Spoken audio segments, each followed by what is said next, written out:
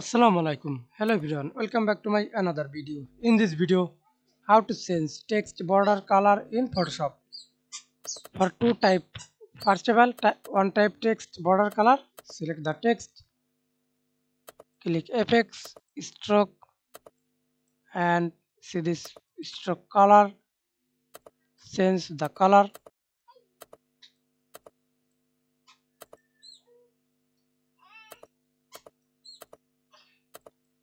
Click OK.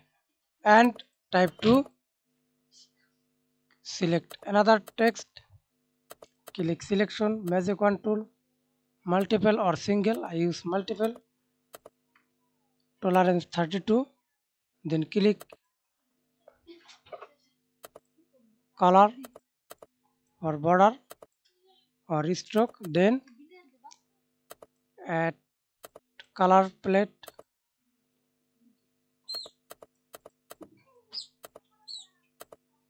press hold alter, press backspace on your keyboard, then press Ctrl S and Ctrl D. Now we can see this change border color. Thanks for watching video. Please subscribe to my channel, like, comment, share.